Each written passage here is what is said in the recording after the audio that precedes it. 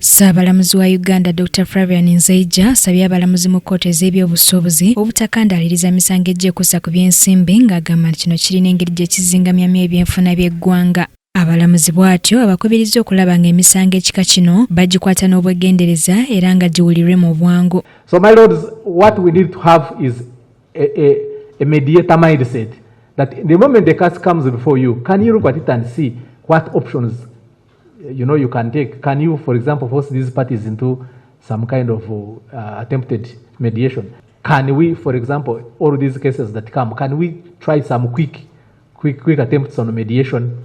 It doesn't have to be you, maybe it can be your colleague, but can we try to see whether we can force some mediation?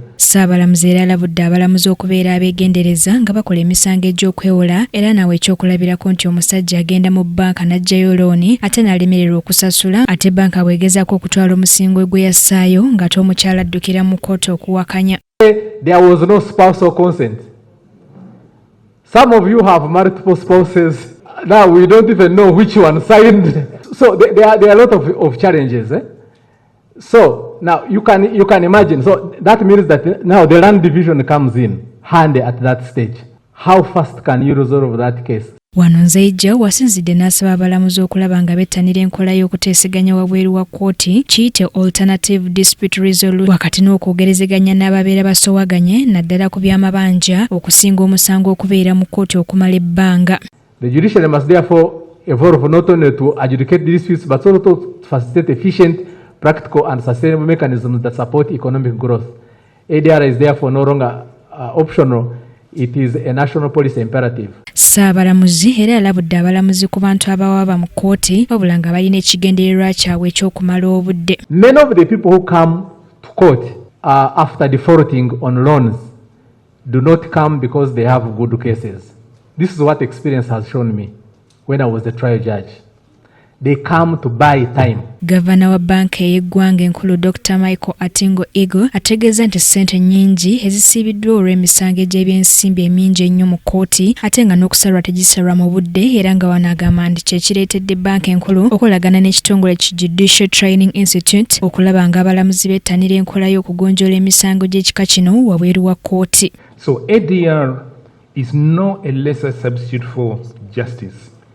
We see it as a sophisticated complement that recognizes speed, technical expertise, and confidentiality, which are necessities in the commercial world.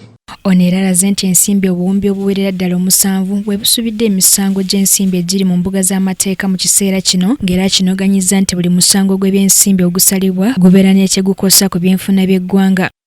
Every shilling locked in a disputed loan is a shilling that cannot be reinvested into the productive sectors of our economy.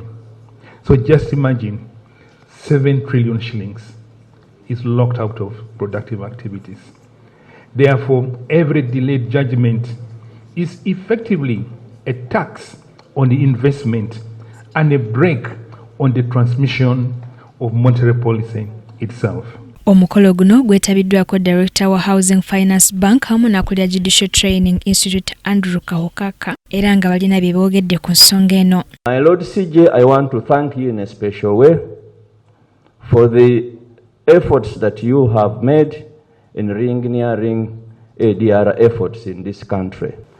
Commercial disputes, particularly those involving financial institutions, are becoming increasingly complex and multiple.